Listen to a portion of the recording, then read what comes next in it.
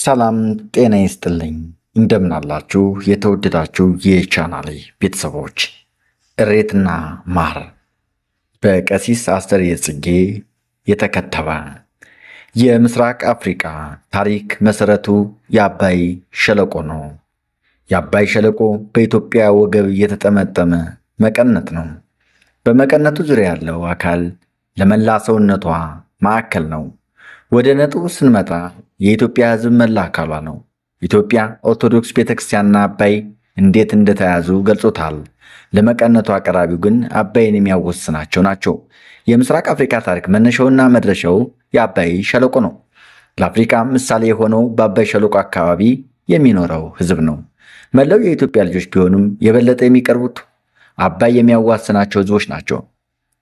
እሬትና ማር ብለው ያካፈሉ ጽሑፍ ላይ ያሰፈሩት የአባይን ወቅታዊ መለዋወጥ በክረምት ከላይ ዝናብ ከታች ጎርፍ ሲበዛበት ይደፈርሳል ብለው በገለጹት የአካባቢው ሕዝብ ስሜት ነው።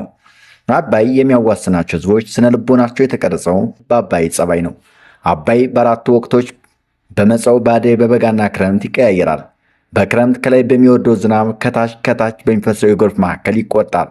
በአባይ ዙሪያ ያሉት ሰዎች በኢትዮጵያ ላይ ክፉ ዘመን ሲመጣ ይቆጣሉ፣ ይደፈርሳሉ። ራሳቸውን ለመሻገርና ሌሎችን ለማሻገር ታጥቀው ይገቡበታል።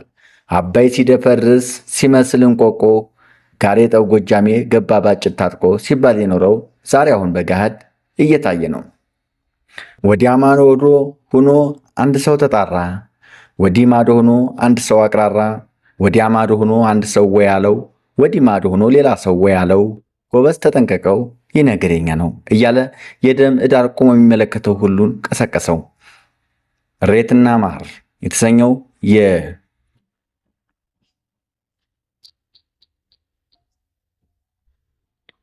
ሰላም ጤና ይስጥልኝ ዜና እናሰማለን።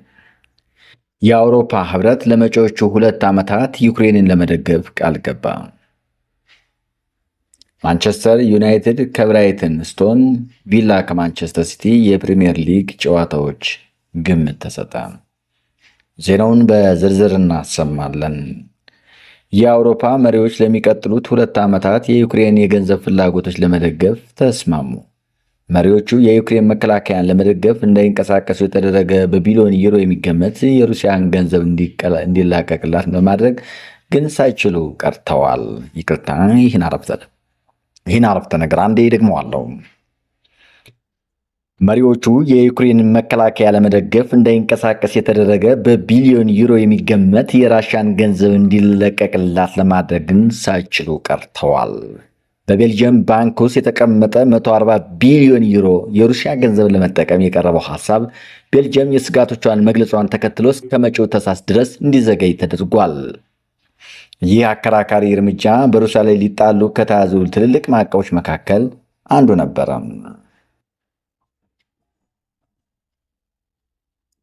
በብራስል የተካሄደው ስብሰባ ዓርብ ዕለት በለንደን ለማካሄድ ቀጠሮ ከተያዘ ሌላ ጉባኤ ቀደም ብሎ የተካሄደ ነው። በለንደን ስብሰባ ላይ ሰር ኬር ስታርመር የአውሮፓ መሪዎች ለኪየቭ የሚሰጡትን ረጅም ርቀት ተምዘግዛጊ ሚሳይሎች ቁጥር እንዲጨምሩ ይጠይቃሉ ተብሎ ይጠበቃል። የዩክሬኑ ፕሬዚዳንት ቮሎዲሚር ዘለንስኪ ከኔቶ ዋና ጸሐፊ ማርክ ሩት፣ የዲምን ምክትል ጠቅላይ ሚኒስትር ሜቴ ፍሬድሪክሰን እና የኔዘርላንዱ ዴክ ሾፍ ጋር በመሆን የፈቃደኞችን ጥምረት እየተባለ በሚጠራው ስብሰባ ላይ ይሳተፋሉ። የፈረንሳዩ ፕሬዚዳንት ኢማኑኤል ማክሮን ጨምሮ ሌሎች መሪዎች ስብሰባውን ኦንላይን እንደሚሳተፉ ማወቅ ተችሏል። ባለፈው ሐሙስ የአውሮፓ ሚኒስትሮች በቢሊዮን የሚቆጠር ገንዘብ የሚገመት እንዳይንቀሳቀስ የተደረገ የሩሲያ ሀብት ለዩክሬን የማካካሻ ብድር በሚል እንዴት ሊሰጥ እንደሚችል በብራስል ተወያይተዋል። ብዙ የአውሮፓ ህብረት መንግስታት መሪዎችን በእቅዱ እንደሚደገፉና የአውሮፓን ህብረት ኮሚሽን በሚቀጥሉት ሳምንታት ውስጥ መደበኛ የህግ ምክረ ሀሳብ እንዲዘጋጅ ይጠይቃሉ ብለው ጠብቀውም ነበረ። ነገር ግን እየተካሄዱ ረጃጅም ንግግሮች ፍሬ ሳያገኙ በመቅረታቸው እቅዱ ባጭሩ ተቋጭተዋል።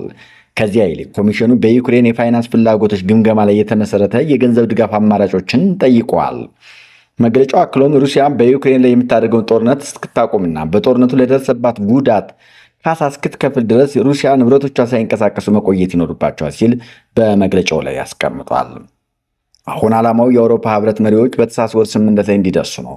የአውሮፓ ኮሚሽን ፕሬዚዳንት ኡርሱላ ቮን ዴር ሌየን ከተሰበሰቡ በኋላ ይህ በእርግጥ ቀላል ርዕስ አይደለም፣ በጣም የተወሳሰበ ነው፣ በተጨማሪም ግልጽ መሆን ያለባቸው ነጥቦች እንዳሉ ግልጽ ነው። የአውሮፓ ምክር ቤት ፕሬዚዳንት አንቶኒዮ ኮስታ ህብረቱ ለሚቀጥሉ 2 ዓመታት የዩክሬንን የፋይናንስ ፍላጎቶች መሸፈን ለማረጋገጥ ቆርጦ ተነስቷል ሲሉ አዎንታዊ አስተያየት ሰጥተዋል።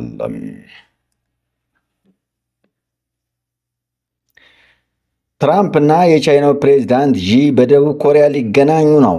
የአሜሪካው ፕሬዚዳንት ዶናልድ ትራምፕ ጥቅምት 30 በእስያ ከሚካሄደው ጉባኤ ጎን ለጎን ከቻይናው አቻቸው ገዢ ጂንፒንግ ጋር በደቡብ ኮሪያ ይገናኛሉ ሲል ዋይት ሃውስ አረጋገጠ። የዢና ትራምፕ ስብሰባ ለሳምንታት ዝግጅት ሲደረግበት ቢቆይም ግን በሁለቱ የግዙፍ ምጣኔ ሀብት ባለቤቶች መካከል ያለው ውጥረት እየጨመረ በመምጣቱ ጥያቄ ውስጥ ገብቶ ቆይቷል። ትራምፕ ወደ ስልጣን ከተመለሱ በኋላም በሁለቱም መሪዎች መካከል የሚደረግ የመጀመሪያው የፊት ለፊት ግንኙነት ይሆናል። ትራምፕ ቻይና ብርቅዬ የማዕድናት ኤክስፐርት ላይ የጣለችውን ጥብቅ ገደቦችን ካላነሳች ትራምፕ ከህዳር ወር ጀምሮ በቻይና ምርቶች ላይ 100% ተጨማሪ ታሪፍ እንደሚጥሉ አስፈራርተዋል።